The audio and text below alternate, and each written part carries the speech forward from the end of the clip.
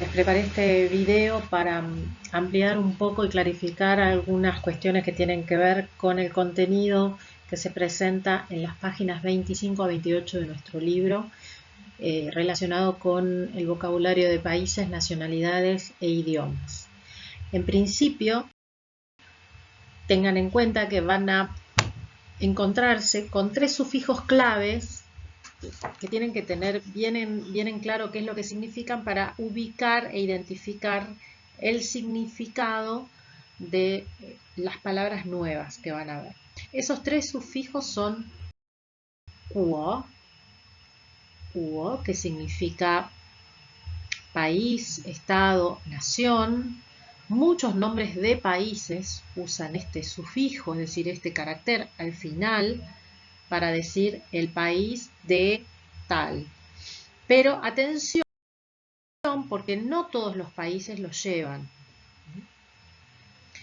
Luego tenemos que tener en cuenta este sufijo ren, que significa persona. Cuando yo pongo el nombre del país y después aparece ren, significa que estoy en presencia de la nacionalidad, ya no el nombre del país, sino la pertenencia de una persona a un lugar específico. Finalmente tenemos los dos sufijos que vamos a usar para nombrar los idiomas, que pueden ser yu, que significa lengua hablada, y wen, que hace referencia a la lengua escrita. Hoy en día, cuando hablamos de los idiomas, se usan indistintamente. Es decir, yo puedo nombrar el idioma con el sufijo yu o wen, y estoy hablando siempre del idioma que se habla en ese país. Vamos a continuar entonces con algunos de los ejemplos de los países que están en nuestro libro. Casi todos los que les presento en nuestro libro, excepto creo Argentina, porque el libro que nosotros tenemos es un libro hecho en España, entonces el primer país hispanohablante que se menciona es España, ¿no? Bueno, vamos a ver esto que les estaba comentando hace un momento. Tenemos los nombres de los países, guojia, las nacionalidades, guoji, y los idiomas, yuyen. Entonces, cuando yo tengo el nombre del país, Argentina, y quiero referirme al origen de una persona, la procedencia de una persona, lo que tengo que hacer simplemente es a ese nombre del país sumar, agregarle al final el sufijo ren, este que está acá, ren. Argentin, ren, es una persona de Argentina. Y así con todos. Esto es igual con todos. México, ren. España, ren.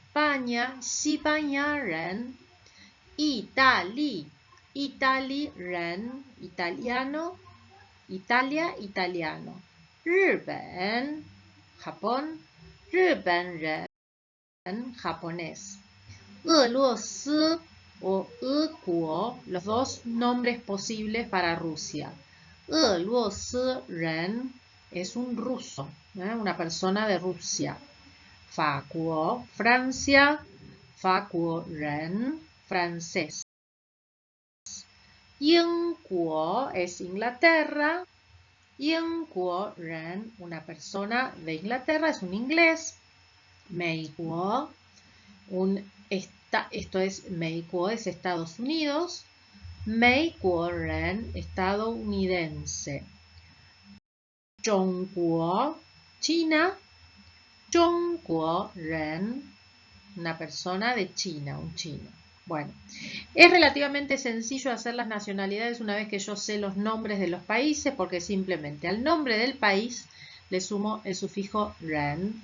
Vamos ahora con el nombre de los idiomas, que es un poquito diferente a veces, pero tampoco es complicado, porque sigo usando adelante el nombre del país o una parte del nombre del país y luego el sufijo yu o el sufijo wen que vimos en la diapositiva anterior.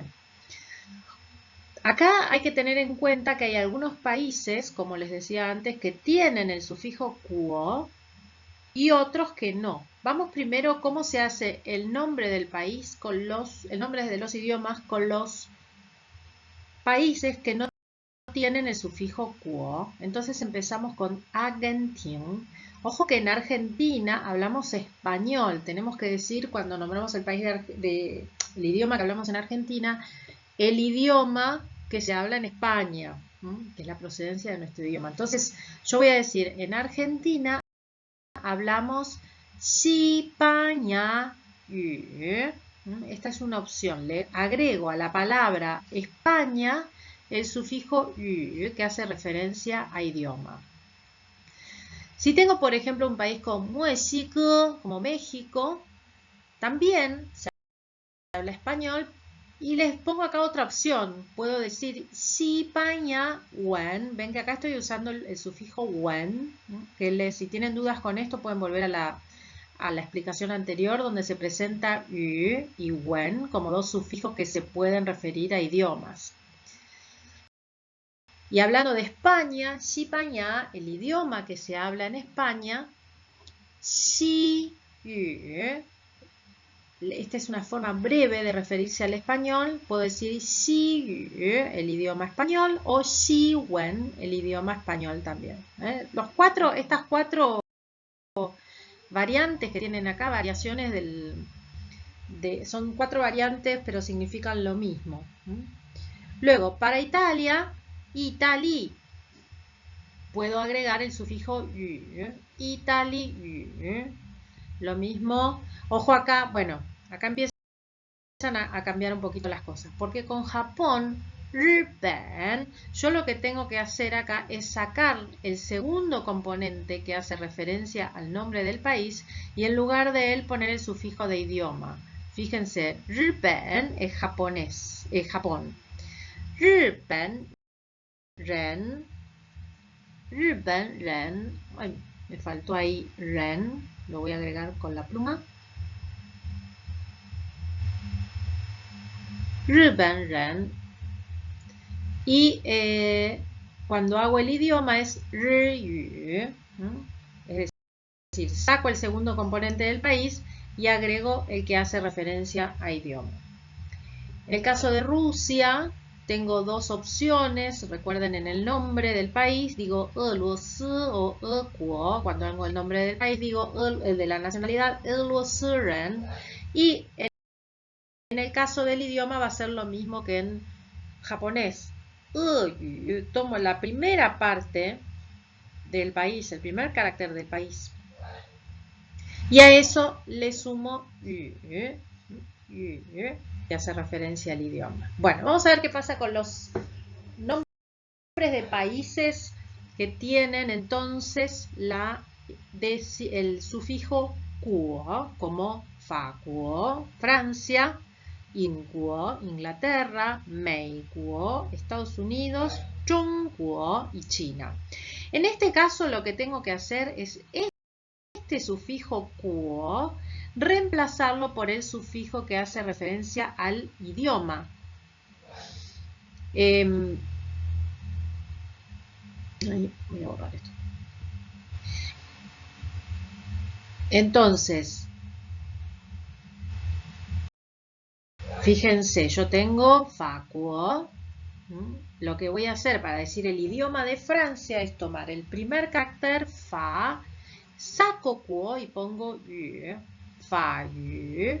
Lo mismo Inguo, Inglaterra, Ingu. Meiguo, Estados Unidos, se habla el idioma de Inglaterra, entonces voy a poner Ingu. Zhongguo, China, tengo varias opciones para decir los idiomas. Nosotros acá vamos a usar dos solamente. Zhongwen y Hanyu. Si prestaron atención van a ver que Hanyu es el nombre de nuestro libro. Hanyu, el idioma de China y el idioma que hablan los Han. Han es el nombre de la etnia mayoritaria China, por eso, bueno, se toma como referencia para